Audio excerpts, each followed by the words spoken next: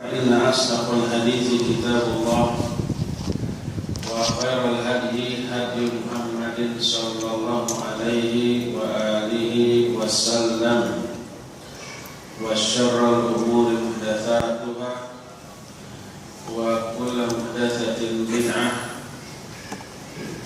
وكل بدعة ضلالة وكل ضلالة في النار.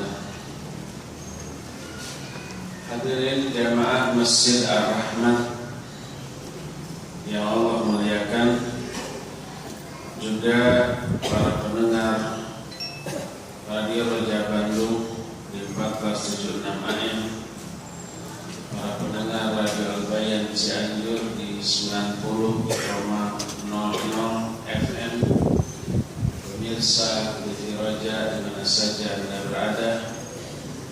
Alhamdulillah, pagi ini kembali kita berjumpa kembali untuk melanjutkan kajian tentang fenomena akhir zaman. Materi terakhir yang kita bahas tentang turunnya Nabiullah Isa alaihissalatu wassalam. Tentang Nabi Isa sudah 2 pertemuan yang kita bahas. Pertama tentang ciri-ciri fisik dan sifat dari Nabiullah Isa alaihissalatu wassalam. Itu sudah kita terangkan di beberapa pertemuan yang lalu, di mana beliau turunnya dan bagaimana peranan beliau setelah turun ke alam dunia. Hadis-hadis tentang Nabiullah Isa mencapai derajat mutawatir maknawi. Nabi Isa turun bukan sebagai nabi yang baru, tidak membawa ajaran baru, tapi yang beliau terapkan adalah Al-Quran dan As-Sunnah. Beliau menyandang 2 predikat yang utama. Predikat pertama sebagai Nabi dan Rasul. Predikat kedua sekaligus juga sebagai seorang sahabat Nabi SAW. Dan kriteria sahabat Nabi seluruhnya terpenuhi dalam diri beliau. Beliau hidup untuk menegakkan Al-Quran dan As-Sunnah. Beliau sholat dengan kaum muslimin. Beliau juga melakukan haji dan umrah, dan beliau juga melakukan jihad bersama-sama kaum muslimin. Dan salah satu musuh yang dihadapinya adalah Dajjal laknatullahi alaih beserta para pengikutnya. Poin terakhir yang kita bahas tentang Nabiullah Isa adalah bahwa beliau turun untuk menegakkan Al-Quran dan As-Sunnah, juga menghancurkan salib-salib, membunuh babi-babi, dan menolak jizyah dari orang-orang kafir. Beliau tidak menerima kekafiran kecuali keislaman orang-orang kafir. Itu poin terakhir yang kita bahas. Sekarang apa yang terjadi setelah Dajjal terbunuh?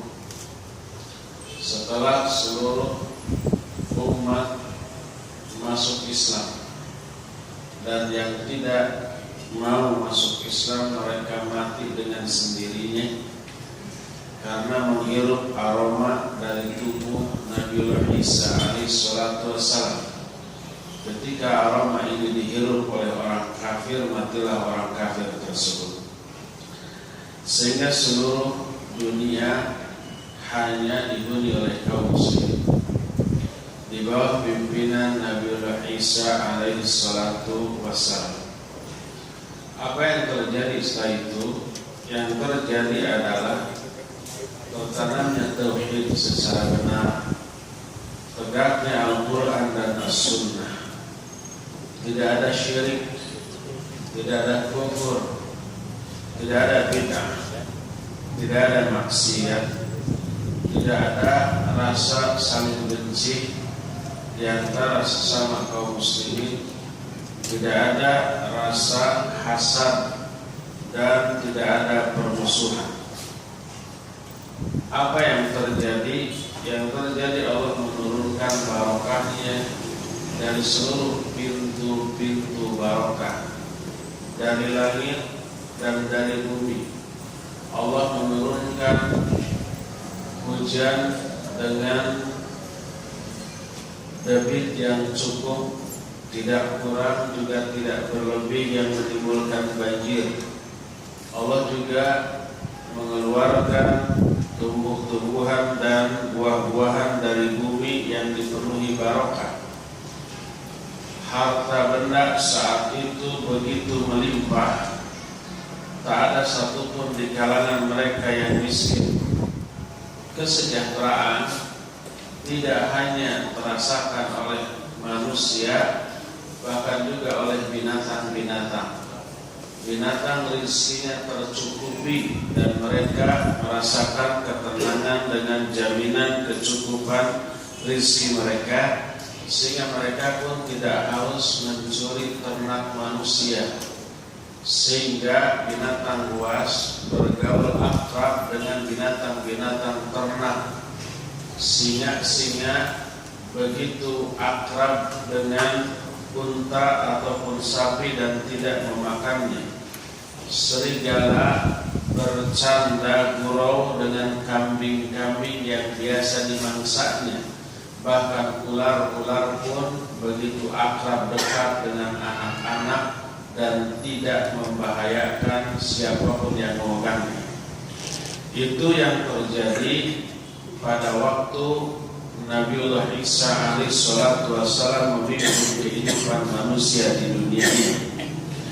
Dijelaskan dalam beberapa hadis, di antaranya adalah hadis dari Nawas bin Sam'an radhiyallahu anhu yang begitu panjang, menceritakan tentang Dajjal, turunnya Nabiullah Isa, dan keluarnya Ya'juj dan Ma'juj di zaman Nabiullah Isa. Ya'juj dan Ma'juj ini tidak bisa dihadapi oleh siapapun. Saking banyak jumlah mereka tidak tertandingi. Termasuk Nabiullah Isa pun disuruh oleh Allah untuk menyingkir, menjauhi mereka, menghindari mereka ke gunung. Sampai akhirnya Nabiullah Isa beserta sahabat-sahabatnya berdoa kepada Allah agar Ya'juj dan Ma'juj ini dimusnahkan. Doanya dikabulkan oleh Allah Azza wa Jalla. Apa yang terjadi?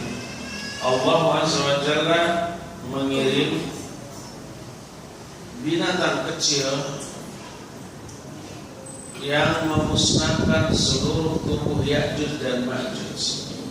Tahu nggak binatang kecil itu apa? Belatung-belatung yang muncul dari leher mereka, kemudian memakan seluruh tubuh mereka. Habis seluruh tubuh Ya'juj dan Ma'juj bergelimpangan, berlumuran darah, sehingga bumi ini penuh dengan mayat-mayat mereka. Nanti secara rincinya akan kita bahas pada waktu menjelaskan tentang Ya'juj dan Ma'juj. Setelah seluruh tubuh Ya'juj dan Ma'juj bergelimpangan mati, thumma yursulullahu matara la yukinnu minhu baitu madarin wala wabar fayursilul arda hatta yajrukaha kazulfa thumma yuqalu lil arab ambiti thamrataki wa ruddi barakataki fayawma idhin ta'kulul asabah minar rumana wa yastadilluna biqahbiha wa yubarak fil risal hatta innal luqhah minal ibal la taqfil fi'a minan nas wa luqhah minal baqar la taqfil qabilah minan nas wa luqhah minal ghanam la taqfil fakhad minan nas. Kemudian Allah Azza wa Jalla mengutus hujan, menurunkan hujan, mengirimkan hujan. Tidak ada satu rumah pun, baik yang terbuat dari tanah-tanah liat ataupun dari bulu-bulu, kecuali terkena. Allah Azza wa Jalla mencuci bersih bumi yang tadinya kotor dengan mayat-mayat Ya'juj dan Ma'juj, kembali bersih menjadi kinclong seperti cermin.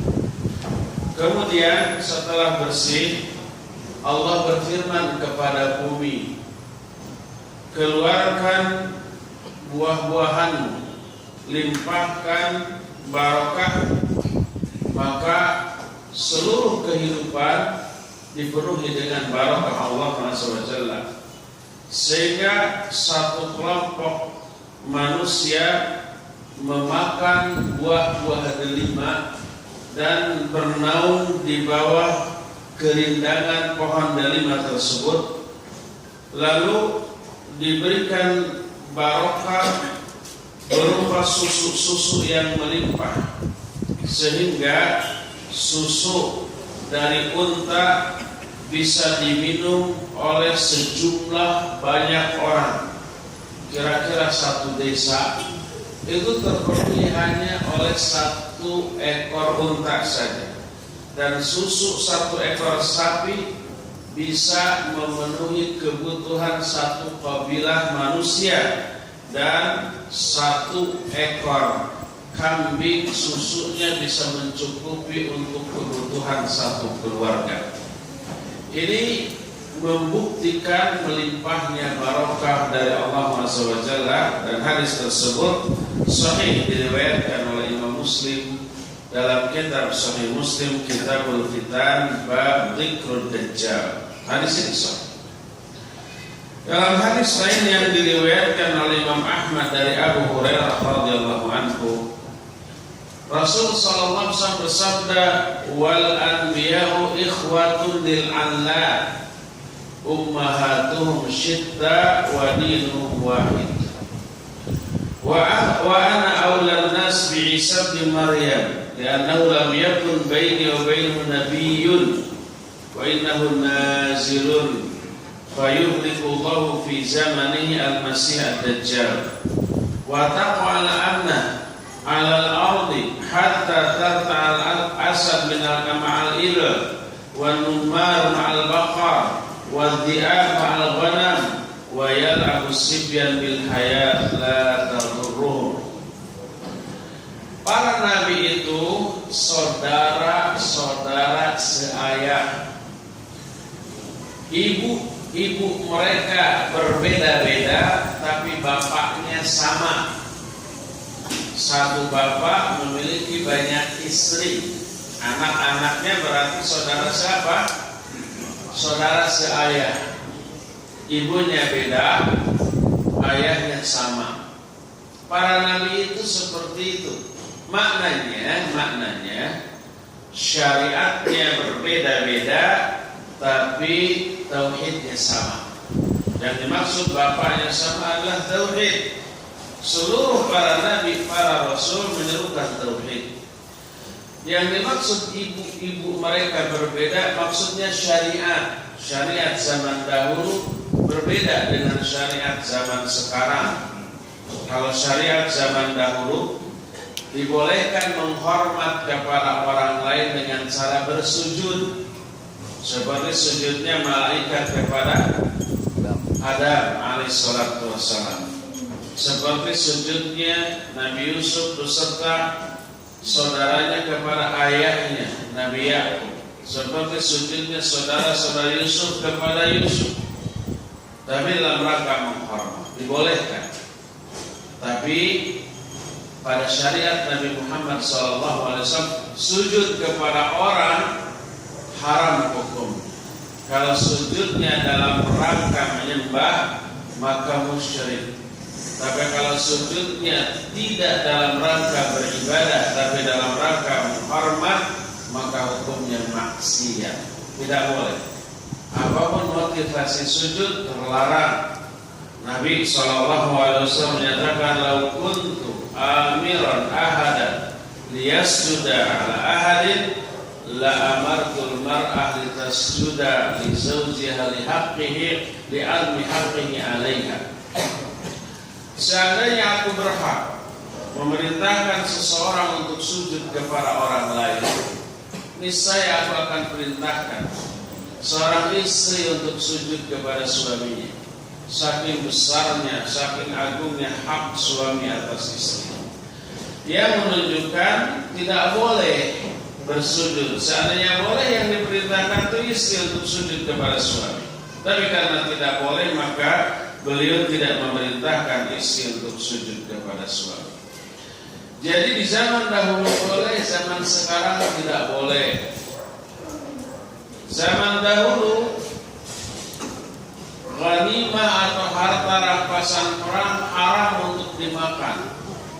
Kalau nabi-nabi terdahulu perang melawan musuhnya lalu menang, harta-harta musuh yang ditinggalkan oleh musuhnya dikumpulkan di suatu tempat. Setelah semua terkumpul, muncul api dari langit lalu menyambar harta rampasan yang dikumpulkan itu, terbakar musnah. Tidak boleh dimakan. Kalau ada yang korupsi, menyembunyikan, sayang, terus disembunyikan, niscaya harta rampasan perang yang sudah dikumpulkan itu tidak akan tersambar api. Ditunggu mana api tidak menyambar. Nabi tersebut tahu pasti ada di antara pasukannya yang menyembunyikan sebagian dari harta rampasan perang. Lalu diselidiki dan ketahuan, lalu disuruh dikumpulkan bersama yang lain. Setelah semua terkumpul, baru datang api dan menyambar. Haram bagi mereka untuk memakan harta rampasan perang. Tapi di zaman syariat Nabi Muhammad SAW itu halal, dibolehkan memakan harta rampasan perang. Walhasil syariat zaman para nabi berbeda, tapi inti dakwahnya satu, itu apa? Tauhidullah. Seluruh nabi diutus untuk menyerukan ini. Allah SWT menyatakan di dalam Al-Quran dalam banyak ayatnya. Salah satunya Allah menyatakan, walaqad ba'atsna fi kulli ummatin nabiyya an ibudullaha wajtanibut taghut. Walaqad ba'atsna fi kulli ummatin rasulan an ibudullaha wajtanibut taghut. Sungguh kami telah mengutus kepada setiap umat satu orang rasul yang menyerukan, sembahlah oleh kalian Allah dan jauhilah taghut. Seluruh nabi seperti itu. Seluruh nabi menyatakan bahwa tidak ada ilah selain Allah, maka sembahlah oleh kalian Dia dan jangan menyembah yang lain. Itulah yang dimaksud dengan hadis bahwa para nabi itu saudara-saudara seayah. Ibu-ibu mereka berbeda-beda, tapi ayahnya satu. Yang dimaksud ibu-ibu di sini adalah syariat yang berbeda-beda, dan yang dimaksud ayah adalah tauhid. Jangan salah paham, bukankah para nabi hidup di zaman berbeda? Kok bisa ibunya berbeda, ayahnya sama? Bukan makna yang hakiki, tapi makna majazi. Bukan ibu dan ayah biologis, tapi ibu di sana apa? Syariat. Ayah di sana maknanya apa? Tauhid. Itu maknanya. Kata Nabi SAW dalam hadis yang diriwayatkan oleh Imam Ahmad dalam kitab Musnad Ahmad, yang kata Imam Ibnu Hajar sanad hadis ini sahih. Wal anbiya'u ikhwatu li'allah. Para nabi itu saudara-saudara seayah. Ummahatum syatta wa dinuhum wahid. Ibu-ibu mereka berbeda-beda, tapi ayahnya sama, agamanya sama. Dan aku adalah manusia yang paling berhak atas Isa bin Maryam. karena tidak ada nabi antara aku dengan dia. Di zaman Nabi Isa Allah menghancurkan Al-Masih Ad-Dajjal. Setelah itu terjadilah keamanan di seluruh penduduk dunia. Saking amannya sampai-sampai seekor singa dia bersenda gurau dengan seekor unta, dan limar yang totol apa? Singa yang totol? Macan yang suka naik pohon. Macan betul ya? Limar. Dan itu lebih lincah, lebih kecilnya. Dia bersenda gurau dengan sapi. Para sapi biasanya apanya? Mangsanya. Dan serigala bermain-main dengan para domba. Padahal biasanya domba dimangsa oleh serigala. Dan anak-anak bermain-main dengan ular, tapi ular itu tidak memadaratkan sedikit pun terhadap anak-anak tersebut. Saking amannya, di zaman Nabiullah Isa alaihissalam, binatang buas tidak memangsa ternak. Ular-ular tidak mematuk anak-anak yang mempermainkan mereka. Saking apa? Saking meratanya keamanan. Dan itu termasuk salah satu di antara barokah yang Allah curahkan karena manusia bertauhid, beriman kepada Allah Azza wa Jalla dengan sebenar-benarnya. Hadis lain yang diriwayatkan oleh Imam Muslim dari Abu Hurairah radhiyallahu anhu, Rasul sallallahu alaihi wasallam bersabda, kalau tadi tentang keamanan, yang ini tentang kesejahteraan. Wallahi la yanzilanna Isa ibn Maryam hakaman 'adila wa la yad'anna al-jizyah wa la tusrakanna al-khilas fala yus'a 'alayha wa la tadhabanna syahna wa tabaghud wa tahassud wala yad'uwanna ilal mal fala yaqbaluhu ahada. Demi Allah, Isa bin Maryam akan turun sebagai hakim yang adil. Dan keadilan hanya bisa terjadi dengan menerapkan Quran Sunnah. Ini coba lihat efek dari menerapkan Quran Sunnah.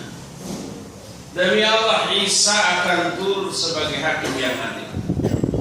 Kalau adil pasti menerapkan Quran Sunnah. Selama Quran Sunnah tidak diterapkan, tidak akan pernah ada keadilan. Dan Isa akan menghapus jizyah. Pada zaman itu qilas dibiarkan, ditinggalkan dan tidak diburu atau tidak diambil. Qilas itu unta yang masih muda.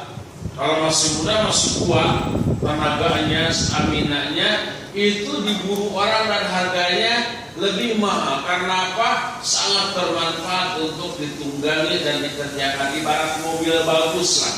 Tapi saat itu dibiarkan, gak ada yang ngambil, gak ada orang yang butuh.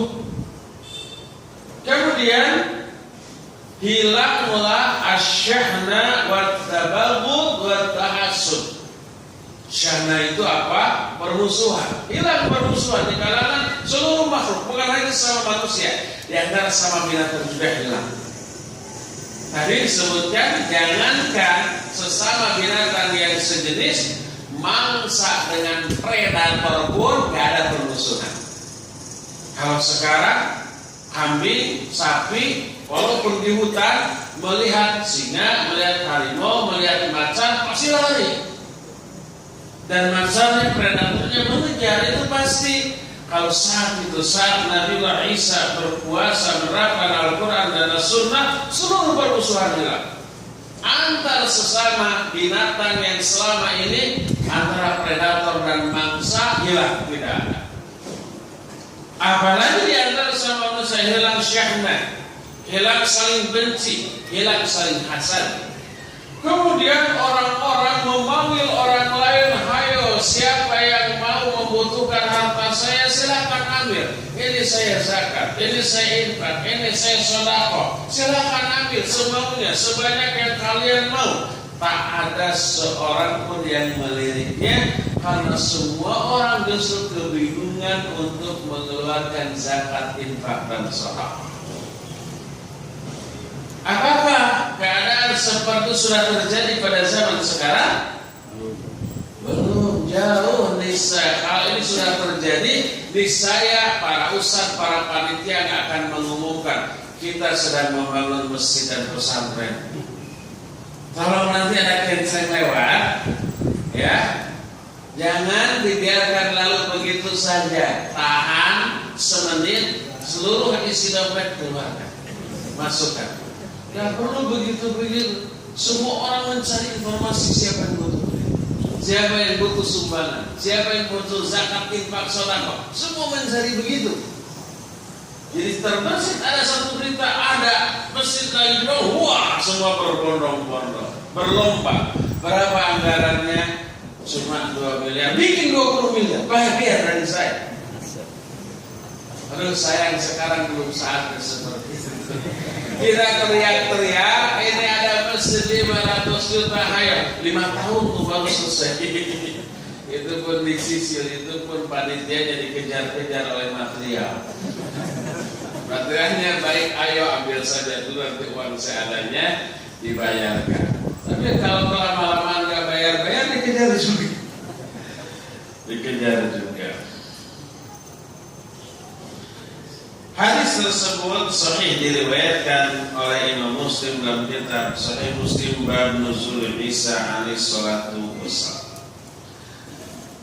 Berkata Imam An-Nawawi rahimahullah ketika mensyarah atau menjelaskan hadis Sahih Muslim yang barusan. Wa ma'nahu ayyazhadan nasu fiha al-ibal wa la yarghabu fi ittinaiha likathratil amwal wa qillatil amal wa adamil hajah wal ilmu bi qurbi sa'ah. Makna hadis itu adalah seluruh manusia zuhud terhadap dunia, enggak membutuhkan lagi dunia karena seluruh kebutuhan dunianya sudah terpenuhi, ya, karena melimpahnya harta dan sedikitnya kebutuhan mereka. Kalau seluruh kebutuhan sudah terpenuhi, tidak ada lagi kebutuhan bagi mereka, ditambah pengetahuan mereka tentang sudah dekatnya hari kiamat. Sebentar lagi kiamat, ini harta melimpah, nggak ada yang mau menerima penyaluran sumbangan, bingung mereka dengan hisab. Kalau sekarang kan kesempatan untuk beribadah dengan harta banyak. Sehari bisa habis harta kita kalau kita mau menyumbangkan dia. Baru nempel satu kertas di depan rumah aja tempelkan. Apa isinya? Menerima permintaan sumbangan untuk apapun. Bisa ya hartanya sehari habis. Ya.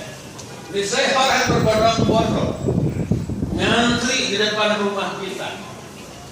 Pada zaman Nabi Isa sebaliknya, orang semua berteriak-teriak menerima permintaan sumbangan. Siapa yang sumbangan dari saya silakan datang, semuanya akan dikasih. Nggak ada satupun yang menggubris, karena semua orang begitu.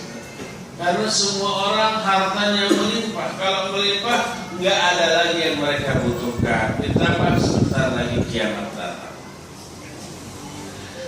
Masih kata Imam An-Nawawi dalam kitab Syarah Sahih Muslim, wa inna ma dzukiratil qilas li kauniha asyraful ibad asy-syai' allati hiya anfusul amwal innal arab wa huwa syabihun bi ma'na qawlihi ta'ala wa idzal 'isyaru 'uddilat wa ma'na la yus'a 'alaiha la yu'tada biha.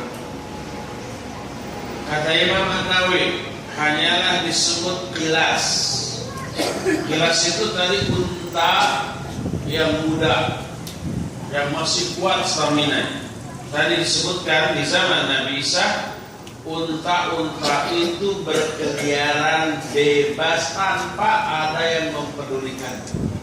Tidak ada yang berminat untuk memilikinya, walaupun secara gratis, walaupun tidak harus membeli.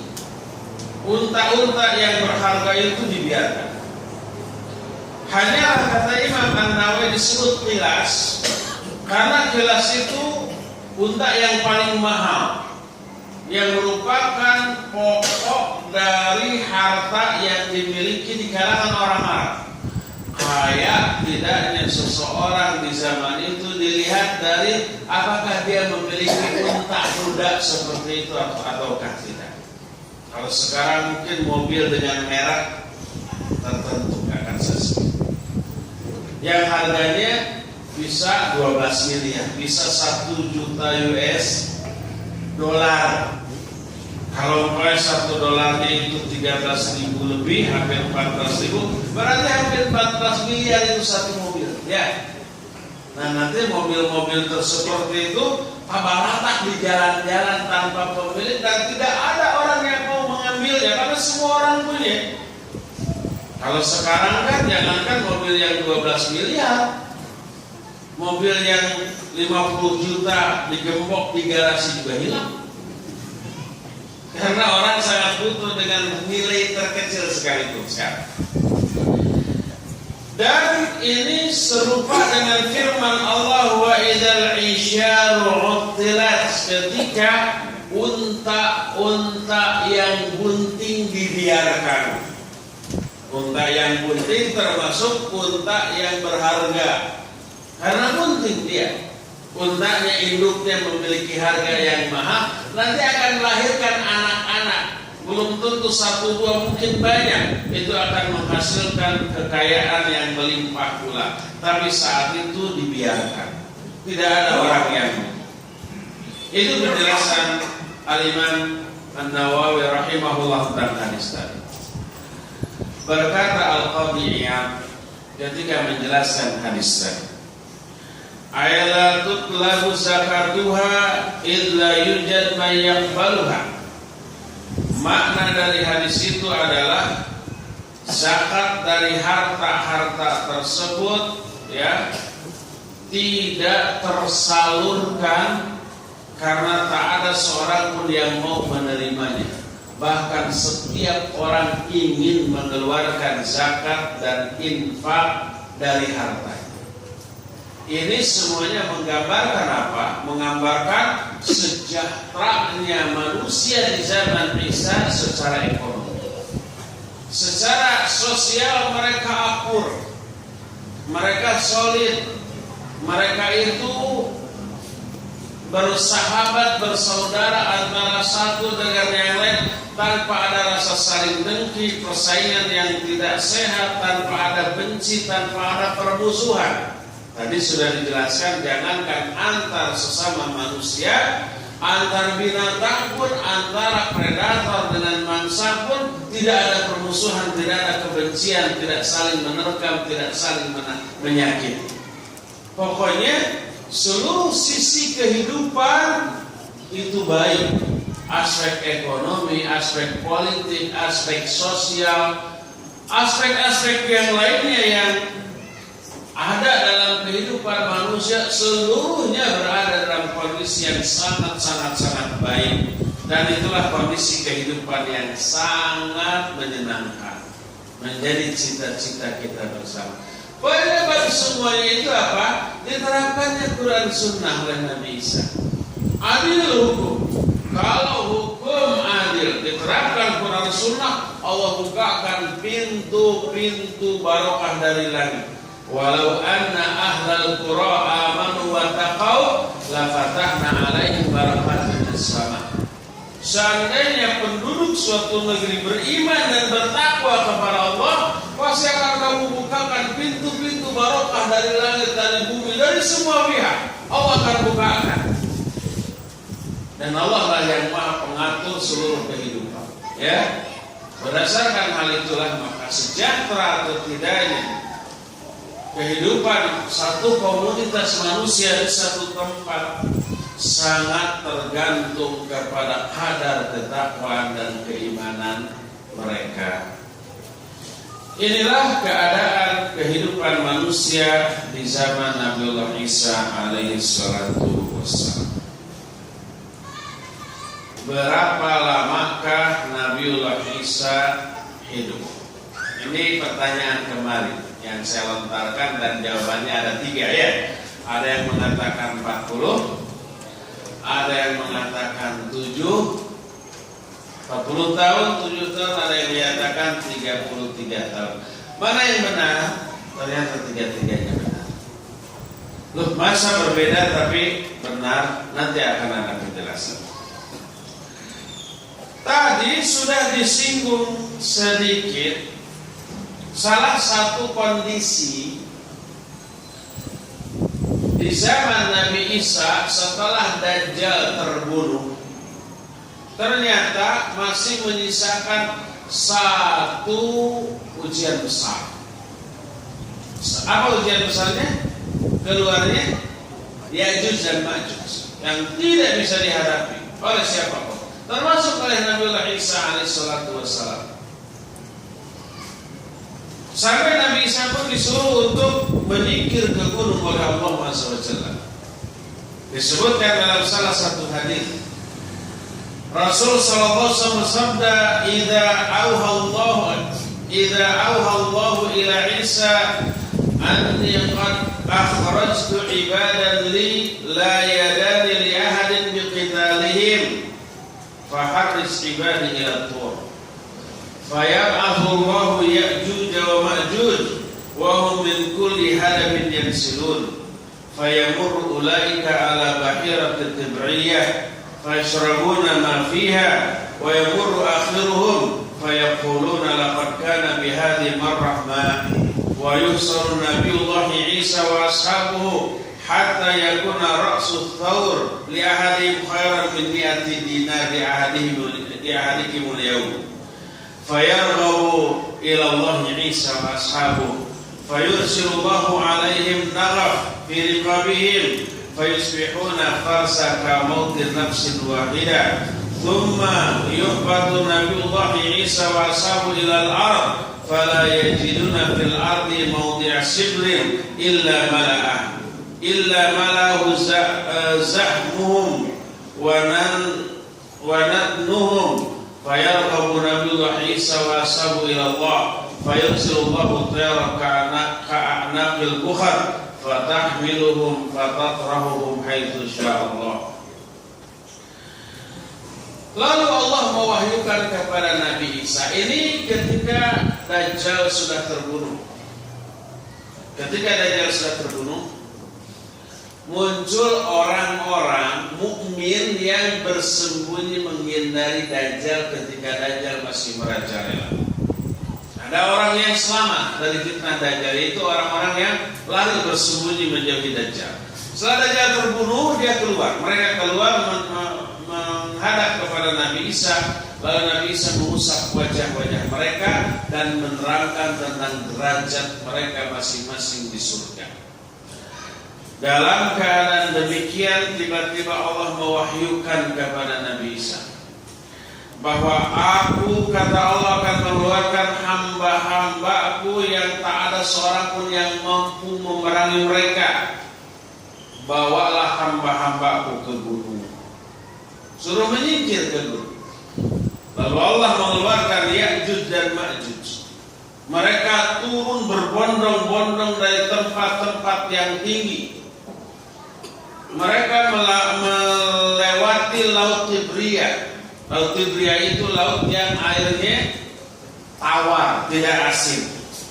Mereka meminum seluruh air yang ada di dalamnya. Tapi rombongan terakhir tidak kebagian. Laut itu sudah kering. Lalu berkata rombongan terakhir dari Ya'juj dan Ma'juj, rasanya tadi di sini ada air, kok sekarang kering? Menunjukkan jumlah Ya'juj dan Ma'juj apa? Sangat banyak. Entah berapa banyak, sampai air laut dan Tibriyah pun kering diminum oleh mereka. Lalu Nabi Isa dan sahabatnya terkepung di gunung, sehingga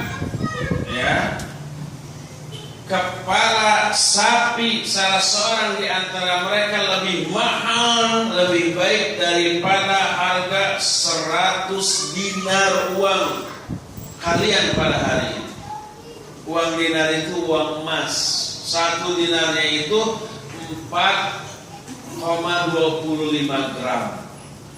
1 gram umpamanya berapa sekarang? 500.000. Kalau 4/4 berarti berapa? Sekitar 2,5 juta ya. 2,5 juta 1 dinarnya. 100 dinar berapa? 250 juta. Ya. 1 kepala sapi lebih berharga daripada 250 juta. Sekarang kan jangankan kepalanya, dengan sapinya aja nggak akan ada 250 juta kan?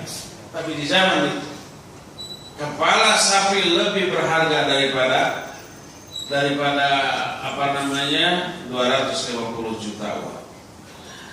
Lalu Isa dan para sahabatnya berdoa kepada Allah untuk memusnahkan Ya'juj dan Ma'juj. Lalu Allah mengutus belatung yang keluar dari pundak-pundak mereka, pundak Ya'juj dan Ma'juj, dan memakan daging-daging seluruh tubuh Ya'juj dan Ma'juj. Lalu mereka bergelimpangan mati seketika itu juga.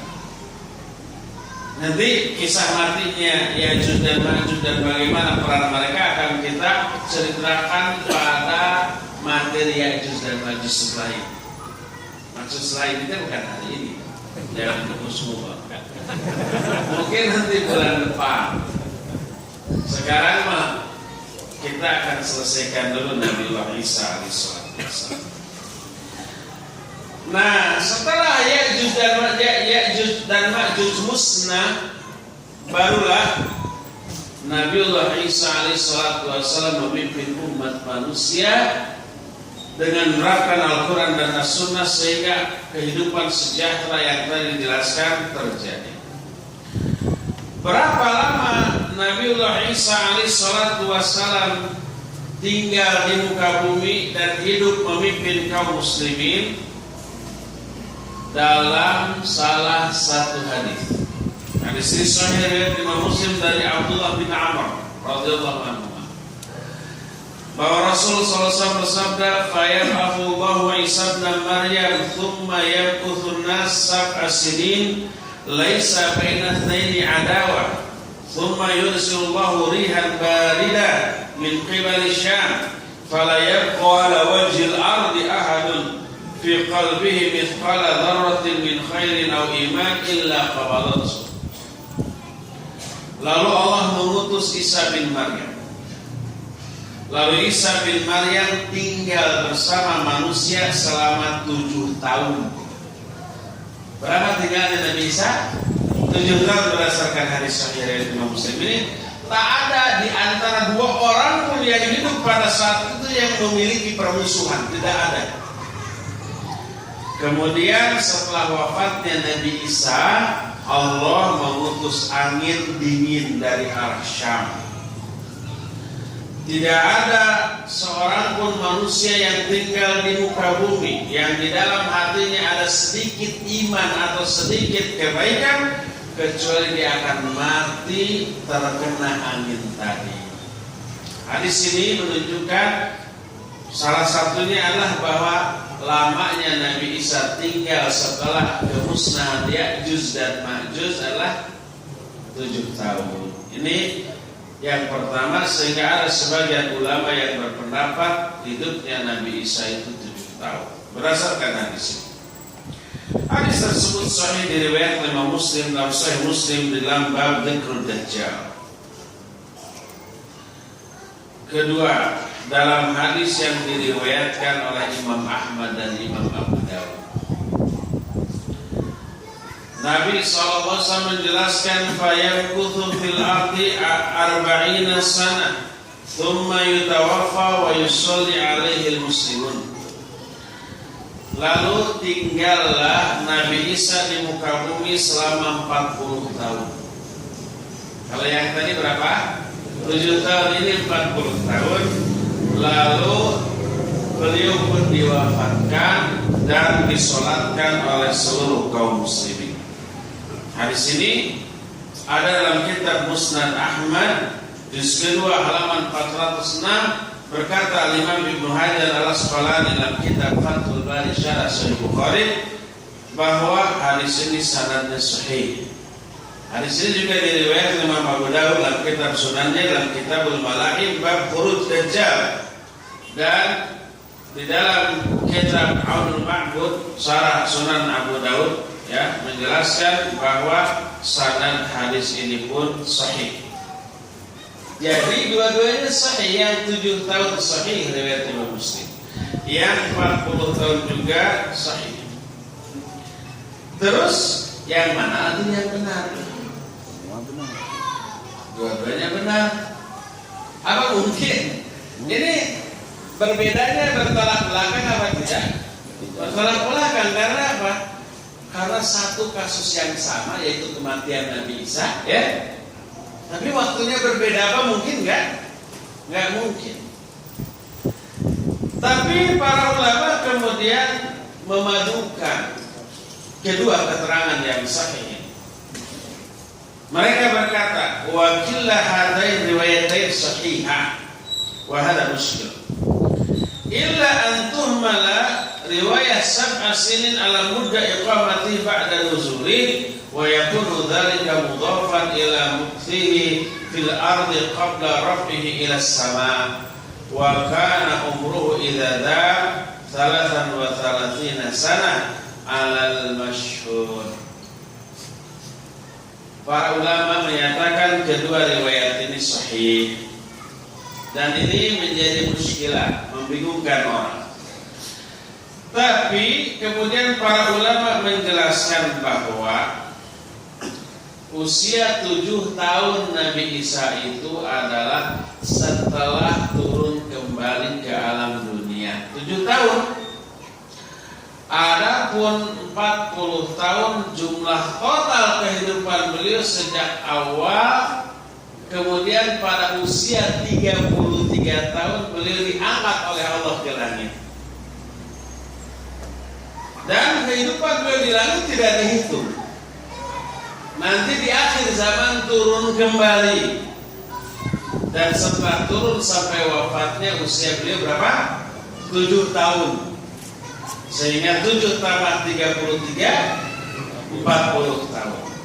Itulah penjelasan para ulama yang menyebabkan kedua keterangan tadi tidak saling bertolak belakang, tapi saling melengkapi. Yang dimaksud dengan Nabi Isa hidup di dunia selama 40 tahun adalah total kehidupan beliau sejak zaman dahulu sampai wafatnya. Yang dimaksud Nabi Isa tinggal di muka bumi selama 7 tahun, maknanya ada setelah turun dari langit 7 tahun, dan sebelum diangkat usia beliau berapa? 33 tahun. 33 tambah 7 maka genaplah menjadi 40 tahun.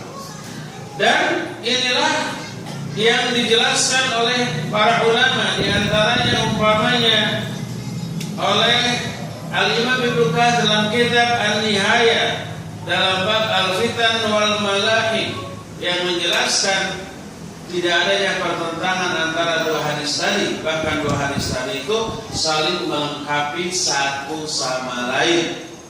Usia Nabi Isa ketika beliau diangkat ke langit 33 tahun, dan lalu turun lagi di akhir zaman, lalu bertambahlah dengan usia 7 tahun, sehingga total jenderal usia Nabi Isa adalah 40 tahun.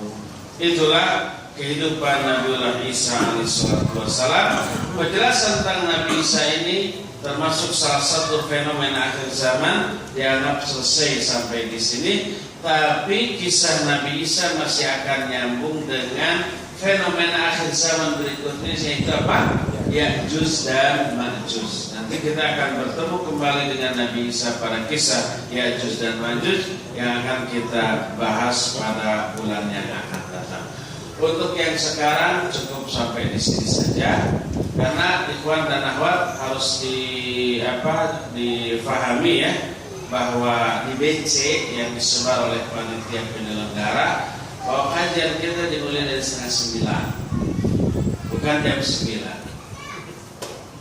Tadi sedikit terlambat karena ada sedikit gangguan teknis. Saya sudah di sini sebelum setengah 9. Kemudian biasanya kalau tidak pakai mobil, pakai travel juga. Dari sini sudah sampai setengah 9 kurang ya. Jadi datang setengah 9, setengah 11 sudah selesai karena hari Sabtu perjalanan ke Bandung ini biasanya macet, khawatir tidak terkejar acara yang ditagih. Ya, untuk sekarang cukup sampai di sini saja dan sisa waktu yang ada kita akan gunakan untuk tanya jawab. Wassallallahu ala nabiyina Muhammadin wa ala alihi wa ashabihi wasallam. Waalaikumsalam warahmatullahi. Silakan Pak. Kematian.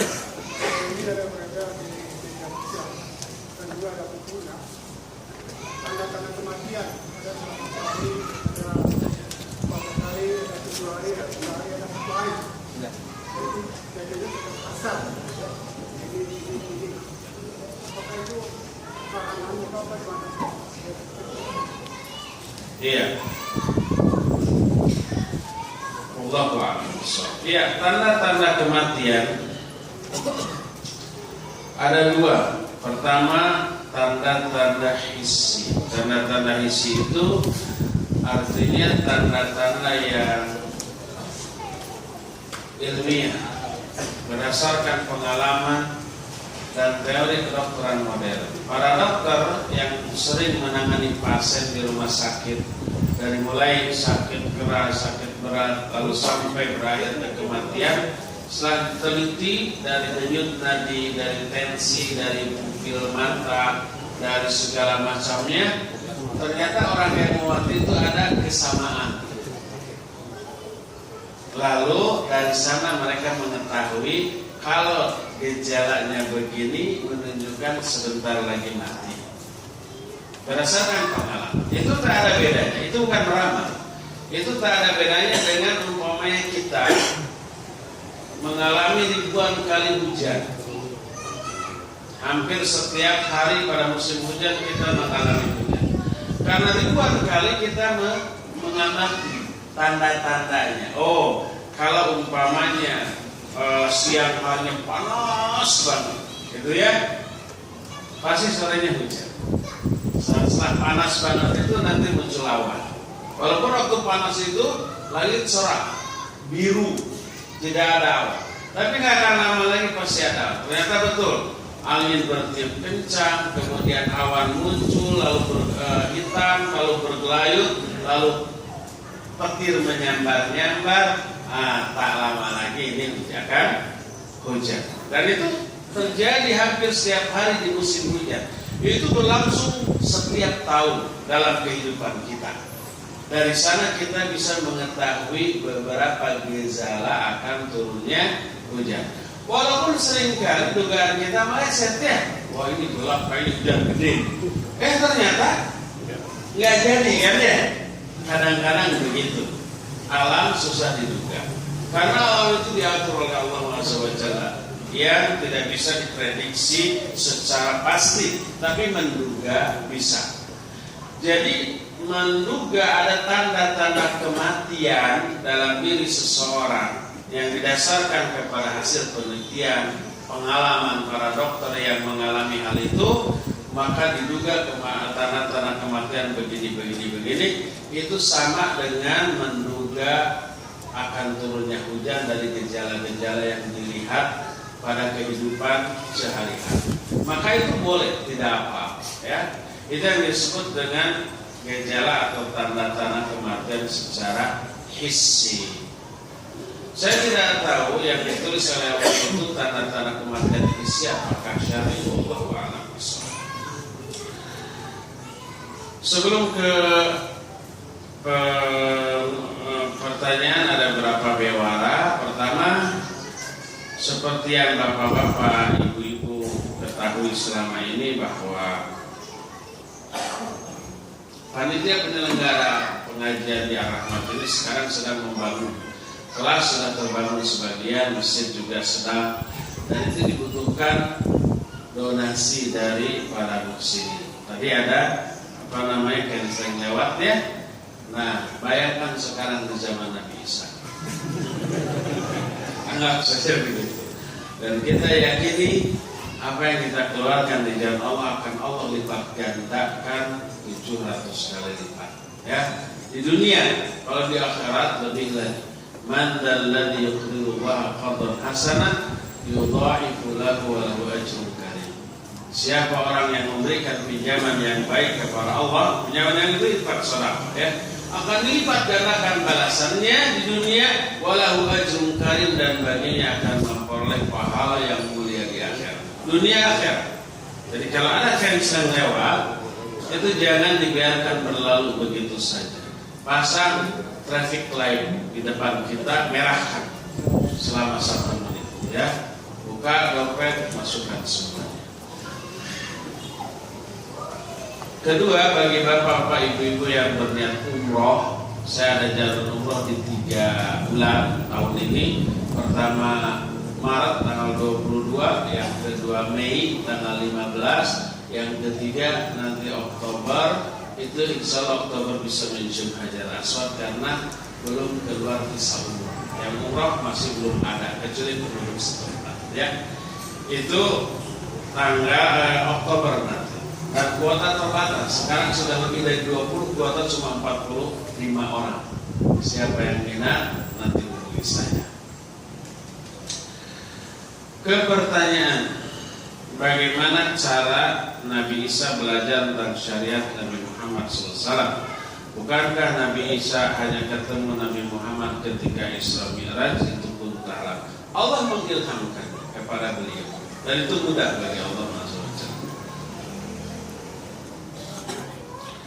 Bolehkah kita menonton warta berita di TV? Apa hukumnya menurut kacamata salam? Hukum asal, ya, bila tidak ada apa-apa mubah, boleh saja. Untuk informasi yang kita butuhkan, informasi tentang perkembangan ekonomi, usaha, kemudian juga memantau kegiatan saudara kita di tempat lain yang diberitakan oleh TV atau lalu lintas, maka hukum asal mubah. Kecuali kalau di sana ada maksiat, seperti wanita atau pembaca beritanya wanita yang cantik dengan aurat terbuka, sehingga kita lebih betah melihat pembaca beritanya daripada mendengarkan beritanya. Ketika yang ditayangkan itu adegan kejadian di mana nggak seru, pas ketika yang ditampilkan pembaca beritanya ini baru seru, kan tidak boleh, ya, tidak boleh.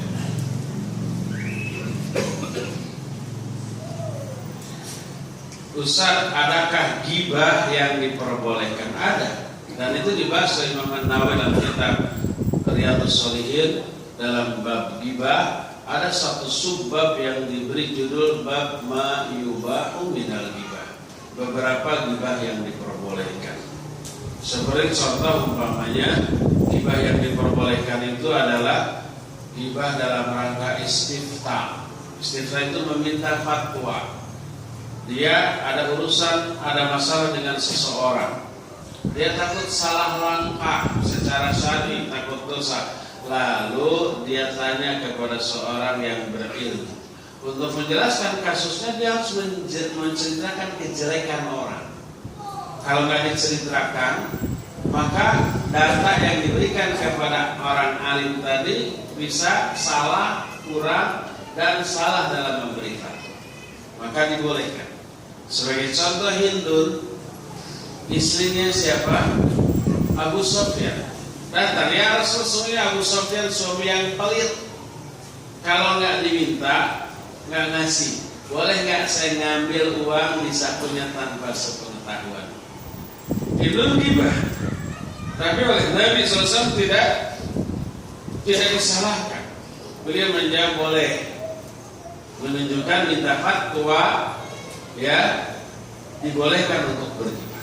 Kedua, yang boleh juga berghibah adalah memberikan data tentang seseorang kepada orang lain yang melamar diri. Ada akhwat dilamar oleh ikhwan. Akhwat ini tahu kalau yang datang itu orang yang bagus agama dan akhlaknya, nggak boleh ditolak. Tapi dia nggak kenal, lalu bertanya ke kita. Kita tahu ikhwan ini tuh jelek. Tapi kalau di medsos, di Dumai, seperti mujtahid, kopasana kopasi, seperti orang soleh, ya. Jam 2 sudah bikin 1 tahajud doa.